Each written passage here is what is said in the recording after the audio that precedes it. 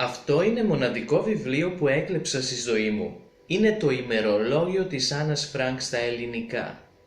Το έκλεψα πριν από 10 χρόνια όταν έκανα διακοπές στην Ελλάδα.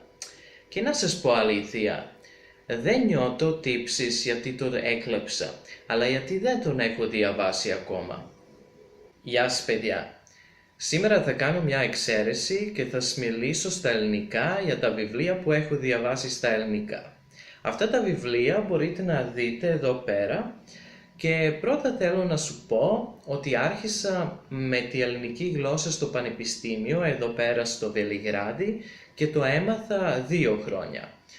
Και βέβαια στην αρχή δεν μπόρεσα να διαβάσω σχεδόν τίποτα, ούτε εφημερίδες, ούτε μυθιστορήματα, αλλά προσπαθούσα πάντα. Και αυτή η φάση ήταν πάρα πολύ ενοχλητική για μένα. Αλλά όταν περάσει αυτή η φάση, έχεις εντύπωση ότι έκανες κάτι μεγάλο, ότι κατάφερες κάτι πολύ σημαντικό και μπορείς να απολαμβάνεις σωστά την ανάγνωση σε μια ξένη γλώσσα. Τέλος πάντων, μου κάνει μεγάλη ευχάριστη που μπορώ να διαβάσω σήμερα στα ελληνικά. Η ανάγνωσή μου στα ελληνικά ξεκίνησε με τα βιβλία που έχω διαβάσει πριν στα σερβικά, είτε στα γερμανικά, και αυτό είναι επίσης η πρόταση που θα ήθελα να μοιραστώ μαζί σας. Αν θέλετε να ξεκινήσετε με μια ξένη γλώσσα, να διαβάσετε πιο περίπλοκα λογοτεχνικά κείμενα, θα ήταν καλύτερα να πάρετε ένα βιβλίο που έχετε διαβάσει πριν στη μητρική σας γλώσσα. Το πιο σημαντικό είναι ότι ξέρετε τι είναι η πλοκή και σε αυτή την περίπτωση δεν πρέπει να ψάχνετε τόσο συχνά τις άγνωστες λέξεις σε ένα λεξικό. Το πρώτο βιβλίο που διάβασα στα ελληνικά ήταν το «Φάντασμα των Κάντερβιλ» του Όσκαρ Βάιλντ. Εδώ πρόκειται για μια πολύ μοντέρνα οικογένεια που μετακόμισε από τις Ηνωμένες Πολιτείες στην Αγγλία και αγόρασε εκεί ένα στοιχειωμένο σπίτι. Οι καινούριοι κάτοικοι όμως είναι πάρα πολύ πρακτικοί, δηλαδή δεν πιστεύουν τα φαντάσματα και σε όλες αυτές τις ιστορίες και δεν φοβούνται το φάντασμα που μένει μέσα στο σπίτι. Οι συναντήσεις με το φάντασμα είναι πολύ αστείες και περιγράφονται με πολύ χιούμορ, με πολύ ηρωνία και νομίζω ότι ο Βάιλντ ήθελε να κάνει μια σύγκριση με αυτό το βιβλίο μεταξύ της αμερικανής και βρετανικής νοοτροπίας και το κατάφερε κατά τη γνώμη μου. Το βιβλίο μοιάζει με ένα παραμύθι, αλλά δεν είναι αποκλειστικά για την παιδική ηλικία. Αν είστε ενήλικοι μπορείτε να το διαβάσετε και θα γελάσετε σίγουρα πάρα πολύ. Αυτά. Συνεχίζουμε με το επόμενο βιβλίο και αυτό είναι ο Homo Faber του Ελβετού συγγραφέα Max Frisch. Το διάβασα πρώτα στα γερμανικά και μου έκανε μεγάλη εντύπωση. Ο πρωταγωνιστής σε αυτή τη ιστορία είναι ένας άντρας περίπου 40 χρονών και ονομάζεται Walter Faber. Επίσης είναι τύπος ανθρώπου που δεν αναγνωρίζει κανένα σύστημα αξιών εκτός από την τεχνολογία και επιστήμη. Ένα πικρό, τραγικό γεγονός όμως αλλάζει ριζοσπαστικά τη ζωή του και στη συνέχεια αυτός αλλάζει επίσης τις πεποιθήσεις που είχε πριν. Αυτό το βιβλίο μου άρεσε πάρα πολύ γιατί έχει επίσης πολλά κοινά με την αρχαία ελληνική μυθολογία, με την τραγωδία και επίσης με την σύγχρονη Ελλάδα. Δηλαδή πρέπει να διαβάσετε αυτό το υπέροχο έργο της γερμανόφωνης λογοτεχνίας. Το τρίτο βιβλίο που διάβασα ήταν «Ο ξένος του Καμί». Εντάξει, όλοι ξέρουμε αυτή την ιστορία του ανθρώπου που πήγε στην παραλία τη μέρα όταν πέθανε η μητέρα του και ο οποίος πυροβόλησε ένα άγνωστο άνθρωπο και εμείς αναρωτιέμαστε γιατί το έκανε και δεν βρίσκουμε μια απάντηση σε αυτή την ερώτηση. Δηλαδή εμένα προσωπικά δεν μου άρεσε τόσο αυτό το βιβλίο.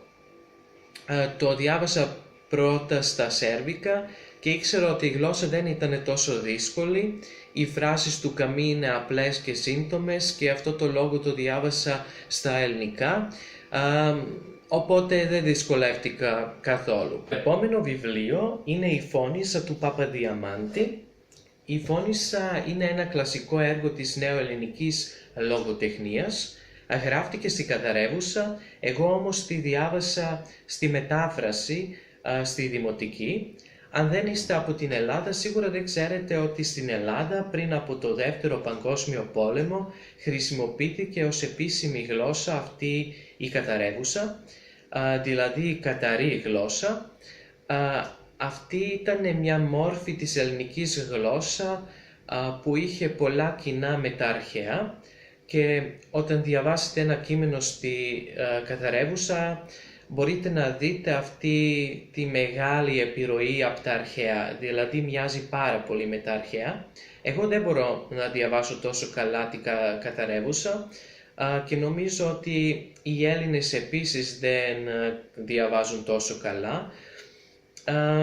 Τέλος πάντων, μετά το πόλεμο, μετά το Παγκόσμιο Πόλεμο, είχε μια μεταρρύθμιση της γλώσσας, ας πούμε, και σήμερα οι Έλληνες γράφουν και μιλούν αυτή τη δημοτική γλώσσα. Τέλος πάντων, στο κέντρο αυτής της ιστορίας βρίσκεται μια γριά που μένει σε ένα μικρό νησί και αυτή η γριά ονομάζεται Φραγκογιανού. Αυτή είναι κατεχόμενη με μια παράξενη ιδέα να σκοτώνει τα κορίτσια. Από τη δική της εμπειρία, αν είσαι γυναίκα δεν έχει νόημα να ζεις, γιατί η ζωή μιας γυναίκας είναι γεμάτη βάσανα. Και γι' αυτό το λόγο αυτή έχει μια πολύ απλή λύση, δηλαδή αυτή σκοτώνει τα κορίτσια όταν αυτά είναι μικρά.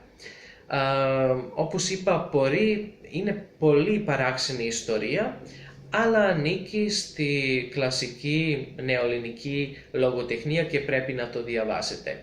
Αν κάνετε διακοπές στη Σκιάθο, πρέπει να επισκεφτείτε επίσης το σπίτι που γεννήθηκε ο συγγραφέας, ο Παπαδιαμάντης. Λοιπόν, συνεχίζουμε. Το πέμπτο βιβλίο είναι το μυθιστόρημα Βερολίνο Γεια και αυτό είναι ένα μυθιστόρημα της εφηβικής λογοτεχνίας. Το έγραψε ο Γερμανός συγγραφέας Herrndorf. Εδώ συνοδεύουμε δύο αγόρια, το Μάικ και το Τσίκ. Ο Μάικ είναι από μια πλούσια γερμανική οικογένεια και ο άλλος, ο Τσίκ, είναι από μια φτωχή μεταναστική οικογένεια. Και οι δύο έχουν όμως κάτι κοινό, δηλαδή και οι δύο δεν γίνονται αποδεκτοί από τους συμμαθητές τους. Ο Μάικ έγραψε μια φορά μια έκθεση που έπρεπε να διαβάσει μπροστά από την τάξη του και σε αυτή την έκθεση ήταν πολύ ανοιχτός και έγραψε για τη μητέρα του που είναι αλκοολική και βρίσκεται συνέχεια στην αποτοξίνωση και αυτό το λόγο άξιζε να τον φωνάζουν ψυχό. Ο άλλος, ο Τσίκ, είναι αποκλεισμένος λόγω της καταγωγής του, δηλαδή αυτός έρχεται από την Ρωσία και έχει λίγο ασιατική εμφάνιση και δεν μιλάει τόσο καλά γερμανικά. Και τι κάνουν οι δύο? Αυτοί περνάνε ένα καλοκαίρι γεμάτο περιπέτειες ταξιδεύοντας στην Ανατολική Γερμανία με ένα αμάξι που έχουν κλέψει, όπως εγώ έκλεψα το βιβλίο. Και το βιβλίο είναι πάρα πολύ ενδιαφέρον και θα σας προτείνω να διαβάσετε. Αν μαθαίνετε γερμανικά, αυτό θα ήταν επίσης ιδανικό για πρώτη σας ανάγνωση. Τα τελευταία δύο βιβλία δεν έχουν σχέση με τη λογοτεχνία, είναι τα κόμιξ. Το πρώτο διάβασα τότε στην Αθήνα όταν έζησα εκεί. Μια συνάδελφός μου πρότεινε το βιβλίο και μου άρεσε πάρα πολύ. Είναι το Καστράτο. Ο συγγραφέας, δηλαδή ο σχεδιαστής, ονομάζεται Αρκάς και είναι πολύ δημοφιλής στην Ελλάδα. Εδώ έχουμε ένα γάτο και μια γάτα. Ο χοντρός ονομάζεται Καστράτο και είναι ευνοχισμένος, και η άλλη είναι Λουκρετία και αυτή δεν είναι ευνοχισμένη. Γι' αυτό το λόγο νιώθει πάντα όρεξη να ζευγαρώσει, να κάνει σεξ, έτσι, αλλά αυτό αποκλείεται γιατί είναι κλειστή σε αυτό το σπίτι και δεν επιτρέπεται να βγαίνει έξω. Ο Καστράτο όμως είναι πολύ χαρούμενος να μην έχει επαφή με άλλους γάτους και είναι πολύ χαρούμενοι με την γριά η οποία τους κρατάει. Αυτή η γριά μιλάει όλο το χρόνο πάντα για το πεθαμένο της σύζυγο και η Λουκρετία την μισεί πάρα πολύ, αλλά ο Καστράτο την αγαπάει. Και οι δύο έχουν συνέχεια πολλές κουβέντες που είναι πολύ ηρωνικές, πολύ αστείες και αξίζει να το διαβάσετε οπωσδήποτε. Πίσω από εμένα μπορείτε να δείτε τα κόμιξ του Asterix και Obelix. Όταν ήμουν μικρός έβλεπα συνέχεια τα κινούμενα σχέδια με τους δύο και μετά όταν έζησα στην Αθήνα κάθε εβδομάδα αγόρασα σε ένα περίπτερο στη δική μου γειτονιά τότε στα Πετράλωνα το καινούριο τεύχος των κόμιξ. Για μένα τότε ήταν σκέτη απόλαυση να το διαβάσω και εντάξει, όλοι ξέρουμε την ιστορία, όλοι ξέρουμε για το χωριό ανυπότακτων γαλατών που αντιστέκονται στη ρωμαϊκή κατοχή και έχουν αυτό το μυστικό φίλτρο που τους δίνει υπεράνθρωπη δύναμη. Αλλά όχι μόνο αυτό, σε κάθε τεύχος υπάρχει μια άλλη ιστορία. Για παράδειγμα, σε αυτό το τεύχος πάνε στην Ισπανία, σε άλλο πάνε στην Ελβετία και πάντα έχει κάτι καινούριο και αυτό μου αρέσει πάρα πολύ. Λοιπόν, με το Asterix και Obelix ήρθαμε στο τέλος. Αν σας άρεσε αυτό το βίντεο, κάντε εγγραφή στο κανάλι μου.